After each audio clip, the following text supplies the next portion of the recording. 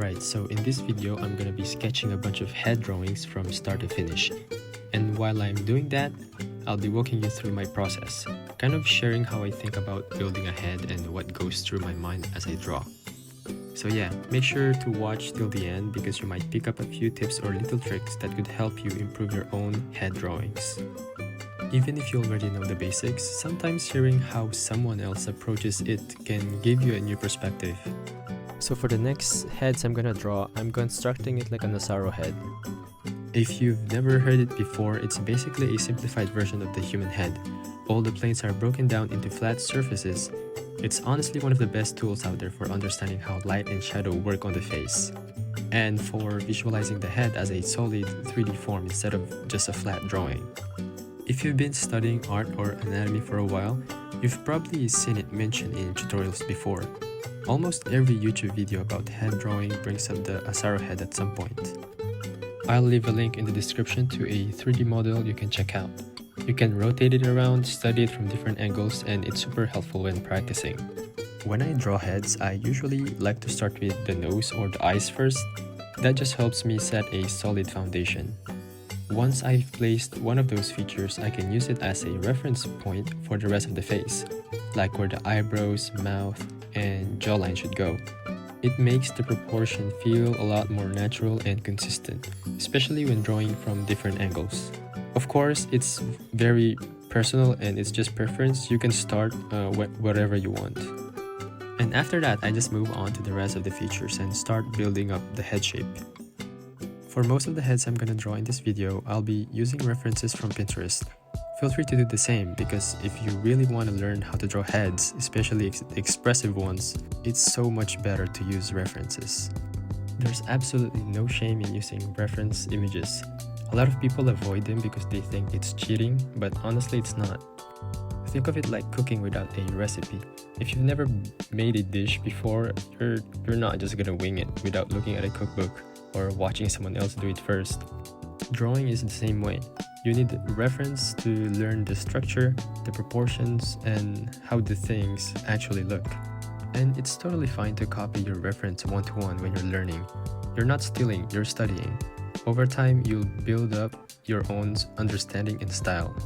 And again, for these drawings, I'm mainly using the reference for the overall style and proportions of the head, but I'll be creating the expressions myself. That way I can mix a bit of study with creativity. Kind of the best of both worlds. Alright, so as you're looking at this next head, you can see it's tilted upward. We're viewing it from a lower angle. This means we're kind of looking up at the head instead of straight on, and that changes how all the features line up. If you pay attention to the contour lines I've drawn around the head, you'll notice they wrap around the back of the skull. That's super important because those contour lines really help show the direction the head is facing, whether it's tilting up, down, or to the side. For example, when the head is looking up, the contour lines curve upward along the surface of the face, kind of like a rainbow shape wrapping around the form. You'll also notice that certain features start to overlap differently, like the nose might overlap the nose bridge a bit more, and the lower part of the face become more visible. Now, if the head were looking down, those same contour lines would curve the opposite way. As you can see in this example, it's kind of like a U shape instead of a rainbow. So the direction of those curves tells you a lot about the tilt and orientation of the form. Here's another way to think about it. Imagine you're stretching a rubber band around someone's head. From one side of the cheek across the nose to the other side. No matter which way the head turns or tilts, that rubber band will follow the surface and bend with the form. That's exactly what contour lines do. They help you visualize the three-dimensional shape of the head, even on a flat piece of paper. So when you're practicing, try to really pay attention to how those lines wrap around the face. They will help you with your drawings a lot, and they will feel a lot more solid and believable no matter what angle you're working with. By the way, I've been getting a lot of comments from you guys saying stuff like, "You make sketching anatomy look so easy." And honestly, trust me, it's not easy for me. Even after 6 years of drawing, I still struggle a lot. There are days when my sketches just don't work out and I end up erasing more than I draw.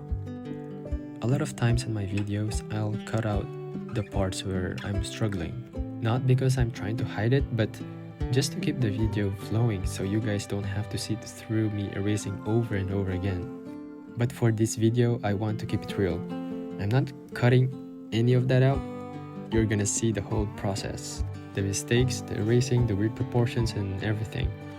Because I think it's important for you to see that even I struggle, especially with certain head angles. And honestly, whenever I do struggle with a particular angle or pose, I take that as a good sign. It just means I haven't practiced that enough yet. It's my cue to go back, study it, and work on improving it. Struggle is part of the process. It's what pushes you to grow as an artist. I also got a really good question recently. How do you actually learn something you're struggling with? My answer to that is pretty simple. Go back to your fundamentals.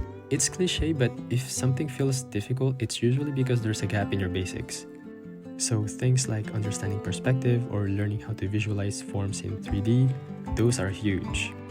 Think about it like this. If you're having a hard time drawing a head from a tricky angle, like a 3/4 bird eye view, it's probably not the head that's the problem, it's the perspective. If you can draw a box or a sphere in the same angle confidently, you can build a head on top of it way more easily. The better you become at perspective, or the better you understand perspective, the easier it becomes to visualize anything you draw. So here's what I recommend. Take 10 minutes a day, maybe in the morning or whenever you got some free time. Just draw simple shapes and perspectives, cubes, cylinders, spheres, whatever. I know it sounds boring, but trust me, it makes a huge difference. 10 minutes a day for a week, that's just an hour total, and you'll start noticing how much more solid your drawings feel. And as Kim Jung-gi said, it really all comes down to observation skills and being able to visualize forms in space. So yeah, sorry for the little rant, but I think it's an important thing to talk about, especially when we're drawing something as complex as the human head. Another thing I want to talk about when it comes to drawing head is just don't rely on one method or technique. Seriously, try different approaches. If you only stick to one way of drawing heads, you're gonna limit your creativity without even realizing it. If you don't believe me, just scroll back through my older drawings on Instagram. Back then, I was using the Loomis method almost exclusively. It's a great method to learn from, don't get me wrong. It really helps you understand the structure and placement of the features, but I started noticing that all my heads look kind of the same. Since the Loomis method always starts with the perfect circle then builds the jaw underneath, I got stuck in the habit of where all my heads had the same proportions, same shapes, same everything. It started to feel really stiff and repetitive. There wasn't much creativity or variation in my drawings. That's one of the main reasons I started studying the Asaro head. It forced me to think in planes instead of outlines. When you understand the planes of the heads, you're not just memorizing shapes, you're actually learning how the form works in 3D. And once you understand that, you can start playing with it. You can push the proportions, exaggerate features, or stylize things however you want. Because now you understand how the structure holds together. And if you don't know how to do that yet, it's totally fine. You can start by using references from your favorite artists. Literally, study how they draw their head shapes and proportions. That's what I did when I studied Kuzumori, Kohei Horikoshi, Yusuke Murata, Kim Jung-gi. It doesn't matter if it's male, female, or even stylized creature designs. Copy those proportions, observe how they simplify or exaggerate things, and you'll start to understand different ways to construct heads. So if you ever feel like your drawings are starting to look repetitive or boring, like all your heads look identical, that's probably a sign that you're too attached to one single method. Trust me, I did the same mistake, and it really burnt me out. It's something that happens to everyone, especially when you find a technique that kind of works. Your brain gets comfortable and it doesn't want to change. But the downside is that you stop experimenting, and eventually that comfort zone turns into, like I said before, burnout and frustration. So the best thing you can do is to keep exploring. Try the Loomis method, try the Asaro planes, try drawing from reference, from life, from imagination, just mix it up. The more you experiment, the more freedom you'll have when you're drawing, and your heads will start to feel more alive and expressive. Alright, so for this head that I'm currently drawing, this is actually the only one on this page that I copied one-to-one from a reference. You'll see in a sec that I wrote study beside it, just so you guys know that I didn't come up with the expression myself. I think it's pretty important to be transparent about that, especially when I'm doing studies like this. And also, yeah, I do read all of your comments, so for the person who said they kind of felt lonely when I didn't talk during my latest video, this one's for you. I'm trying my best to talk more throughout this video, so hopefully it feels a bit more like we're hanging out while I draw. I don't know. That being said though, I'm still getting used to talking when recording. It's definitely not natural for me yet. Most of the time I have to force myself a little because I'm just so used to staying quiet, and yeah. And also, if my voice sounds a bit monotone or boring at times, please forgive me. I promise I'm working on it. I'm sure I'll get more comfortable the more I do this, and hopefully I'll be able to share a bit more personality, maybe even some art wisdom along the way. But for now, please just bear with me while I try to think about what I need to talk about while watching myself draw. Alright, so I actually asked the YouTube community tab to send me some questions that I could answer in this video, and the first question comes from a username that I can't really pronounce. But they said, "Hello, how important do you think it is to know how to draw geometric shapes before learning anatomy? I started with anatomy first, but I realized I can't even draw boxes and cylinders in perspective." That's a great question, because I think a lot of people can relate to that. For me personally, learning how to draw geometric shapes before diving into anatomy helped a lot. It made it way easier to visualize the body as a bunch of simple forms first, like boxes, cylinders, and spheres, before worrying about all the details like muscles and anatomy. Once you can break down a complex form into simple shapes, you can draw it from any angle with confidence, trust me. It also helps when you start drawing more organic shapes later on. For anyone who's not familiar with that term, organic shapes are basically just geometric shapes without hard corners or edges. It's like taking a box and softening it into something that feels more natural and alive. Practicing that transition from stiff geometric shapes to smooth, organic ones will make your drawings feel much more believable. But I do want to say that this isn't a strict rule. You don't have to learn perspective first to draw anatomy. I know plenty of artists who started with anatomy right away and then learned perspective later. There's no one perfect order to learn art. Everyone's brains work a little differently, so it's all about finding what clicks for you. That being said, if you're feeling frustrated with anatomy right now, like if your figures feel flat or awkward, then yeah, it might be a good idea to take a step back and practice drawing boxes and cylinders in perspective. That kind of training really helps you see and understand the 3D space your figures are in. And to make it a bit more fun, try what I'm doing on my videos, where after I draw a few boxes and cylinders, I start adding details on top of them. You don't have to do full bodies like I do. You can just do maybe turn a box into a torso or a limb, or just something weird and organic. Treat it like sculpting. You're shaping simple forms into something more complex. It's a simple but very effective way to bridge that gap between perspective and anatomy. And over time, it will help you draw way more confidently. This next question was asked by How to Draw 69, and they said, "I'm currently working on an ultimate frisbee one-shot. Any advice on drawing dynamic, exaggerated poses with real-life references? I take inspiration from manga like Haikyuu, Blue Lock, and Aoi Ashi." First of all, that's great that you're making a one-shot. It's very respectable since it's a very hard thing to do. I've only done one, ever.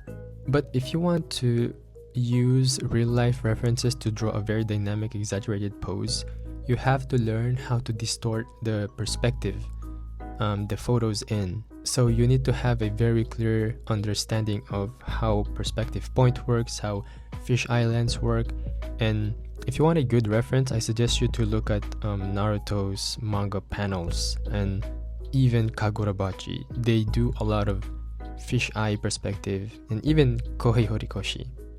Actually, even the manga you listed out are very good already. I've read all of the Haikyuu volumes, and honestly, there's so many good references in that, so I suggest you to copy how they do the composition and the perspective and stuff.